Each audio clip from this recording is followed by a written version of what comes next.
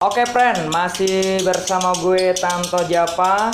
Kali ini gue mau ngebahas tentang lovebird, bagaimana cara penggacorannya. Jadi dalam proses penggacoran tadi, mau pakan polos atau mau pakan kenceng.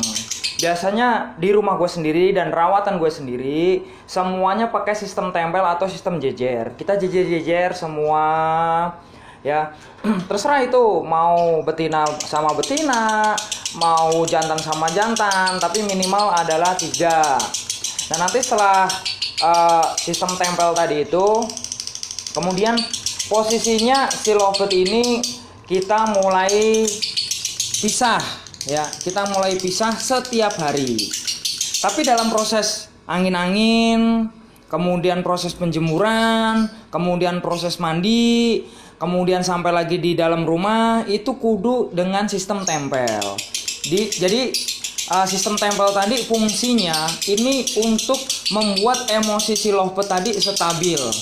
Kalau emosi lovebird tadi nggak stabil, otomatis juga dia akan faktornya tuh terlalu tinggi. Jadi nantinya akan ngepak, ngoek, ngecik, yang kayak gitu, apalagi sampai over emosi ya, itu posisinya nanti ngekiknya akan di ring, yang kayak gitu, perilakunya itu menunjukkan over emosi. Jadi kalau posisinya kita ini mau memproses untuk ke konslet, kita pakai sistem tempel. Nah sistem tempel tadi kita tempel terus tiap hari. Jadi posisi si lovebird tadi juga ini sedikit demi sedikit akan menjadi lovebird yang cuek, emosinya terkontrol, nggak terlalu emosi dengan lovebird lain, nggak ngejar, nggak kepo lagi, itu dengan sistem tempel tadi. Nah sistem penggacorannya yaitu dengan sistem pemisahan, dipisah setiap hari. Artinya dalam proses pemisahan tadi yaitu dengan metode 2 jam setiap harinya. Dalam arti kata kita dalam proses tempel tadi misahinnya tuh nggak langsung kita pisahin 1 hari full, kita pisahin itu enggak. Tapi ada jam-jamnya. Misalkan dari teman-teman itu dijemur pagi, kemudian siangnya kerja, nah nanti malamnya baru bisa. Nah itu malamnya itu proses pemisahan. Seperti itu. 2 jam nggak ngekek, kita balikin lagi. Nah kita raba pelan-pelan proses penggacoran si lovebird tadi. Dalam arti kata, kalau nggak ketemu di setelan rendah, berarti adanya maunya di setelan yang kenceng. Nah, kadang-kadang gini, patokan dari teman-teman untuk mencetak lovebird konslet itu adanya di pakan kenceng, jemur kenceng, semuanya kenceng, jebol birahi, sampai dol semuanya, jadilah konslet. Nah, sedangkan kita merawat lovebird dengan tujuan konslet adalah membuat si lovebird ini gacor, membuat si lovebird ini bunyi terus. Kalau memang posisinya kita mau mencetak lovebird yang gacor, yang bunyi terus sampai jatuh ke konslet, ya otomatis kita nggak bisa sedol itu untuk ngencenginya. Ada burung yang memang di titik misalkan dari 0 sampai di 40 adanya di 40, dari 0 sampai 100 adanya di titiknya di 80 baru gacor. Artinya gini, kita kencengin perlahan, misalkan pakan polos jemurnya setengah jam belum kena, kemudian kita naikin lagi pakan polos jemurnya 1 jam belum kena lagi, kemudian kita kasih kena risit jemurnya 1 jam. Nah ini artinya kita ngeraba pelan-pelan, kita ngerabanya pelan-pelan, baik itu dari penjemuran, dari mulai penjemuran itu bertahap, dimulai dari 10 menit, 15 menit, 20 menit, setengah jam, terus naik sampai di 45 sampai 1 jam. Nah, nanti itu kuatnya tuh sampai di mana si lovebird ini. Nah, penjemuran tadi kuatnya tuh yang seperti apa? Ada burung yang dijemur kadang-kadang nggak kuat, dia akan ngasih tanda lah ibaratnya. Ngasih tanda si lovebird ini biasanya gelisah. Biasanya burung turun, muter-muter, itu burung berarti tandanya burung udah nggak kuat dijemur. Ada juga burung yang memang dijemurnya berjam-jam, ada yang seperti itu, dijemurnya kuat nih, dia bisa diam di tangkringan terus menikmati jemurnya itu gitu. Nanti pun juga kalau posisinya dia udah nggak kuat nih, dia akan turun biasanya. Ya tahu bunyi-bunyi dia minta di stop untuk penjemurannya. Nah itu si burung untuk penjemurannya biasanya sampai di situ.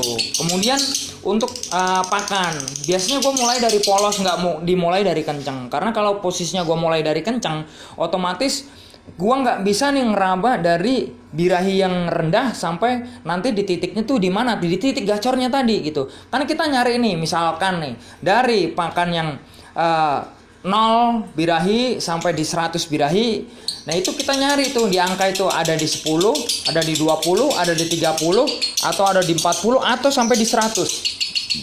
Seperti itu. Jadi gue sendiri ngerabanya kudu pelan-pelan.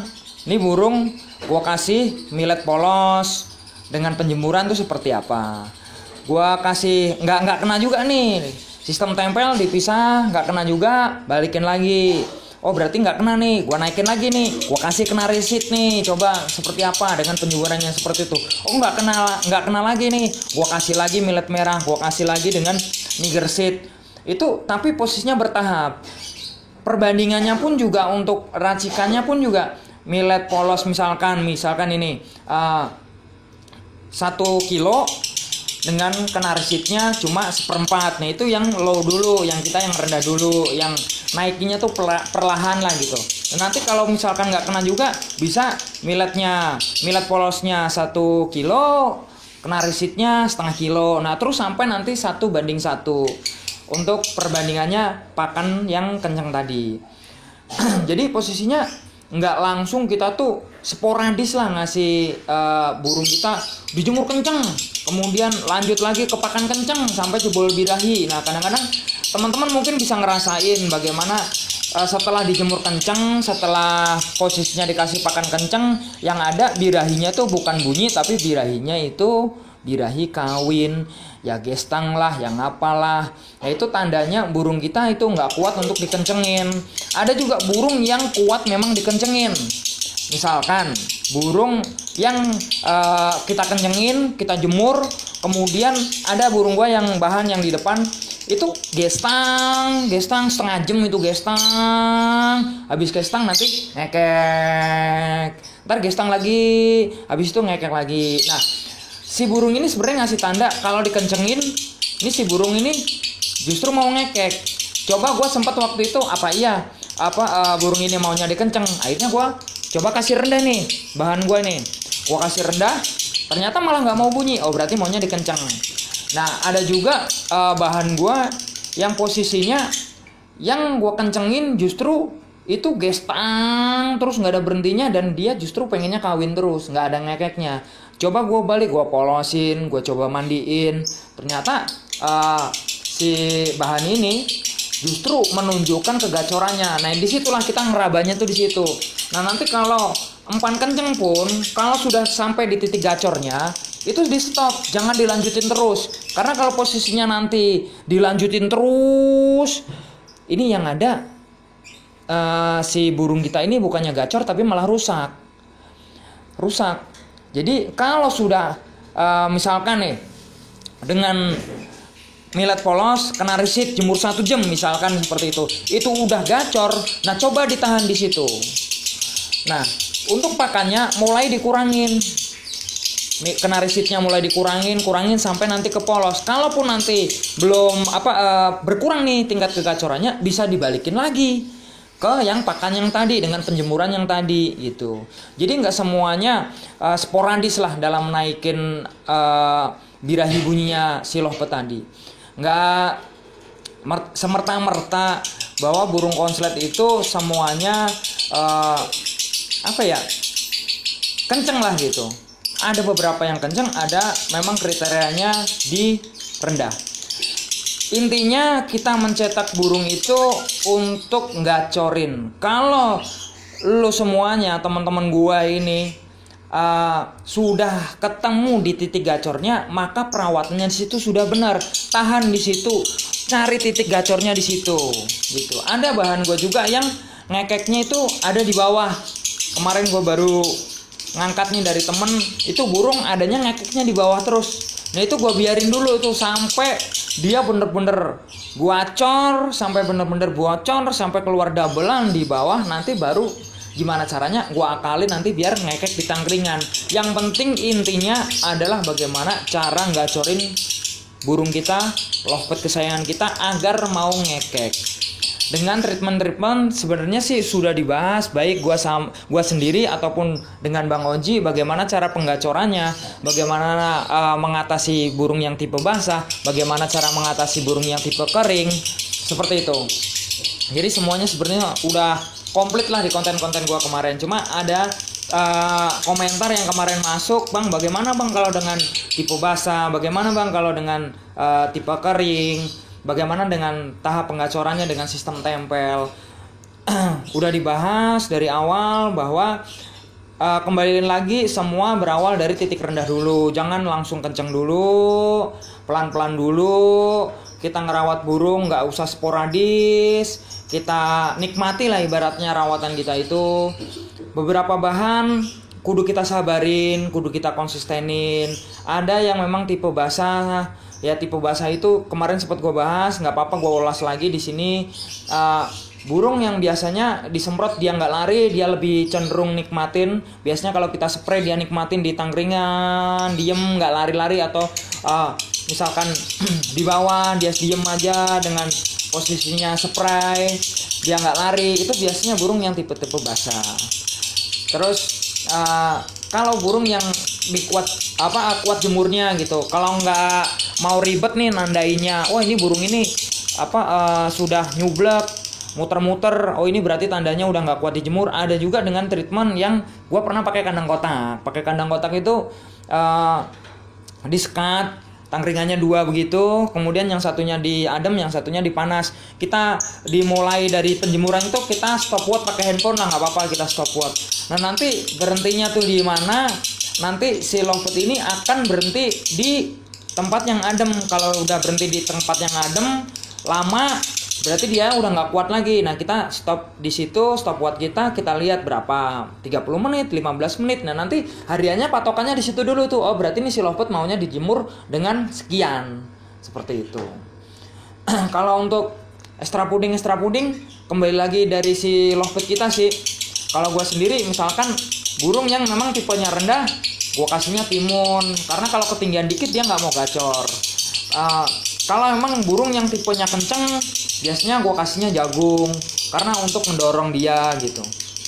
Jadi nggak semuanya sama rawatannya, beda-beda. Jadi nanti teman-teman juga untuk di perawatannya itu nggak ngeraba lagi, wah burung gue yang seperti apa nih. Intinya burung lo harus gacor. Kalau burung lo udah gacor, dipetel gacor dari sistem tempel tadi, berarti rawatannya udah benar. Tapi ingat, gue ingetin sekali lagi, sistem tempel tadi membuat burung kita emosinya lebih stabil, burung kita lebih enak lah. Jadi kita ngerawat tuh gini, kalau untuk sistem tempel nih, birahinya udah emosinya udah stabil, kita tinggal nyari birahinya doang, jadi nggak bingung.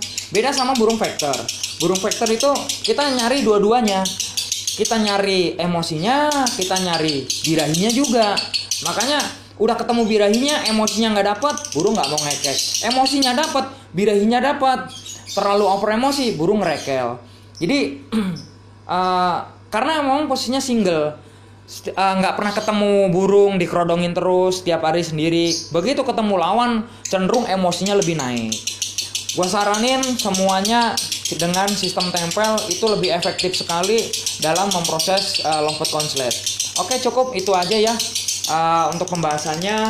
Ada beberapa komentar lagi yang belum gue bahas, nanti insya Allah di next konten lah ya, untuk pembahasan pertanyaan-pertanyaan yang berikutnya, entah itu gue sendiri ataupun sama Bang Oji, nanti bisa bareng. Karena beberapa hari ini banyak banget nih kesibukan gue sama Bang Oji yang menuntut nggak bisa bareng. Nanti insya Allah gue bareng lagi, ngonten bareng lagi dengan pembahasan masih seputar konslet. Oke, semoga obrolan gue ini bisa bermanfaat buat teman-teman, khususnya untuk lovebird mania yang pecinta konslet tentunya.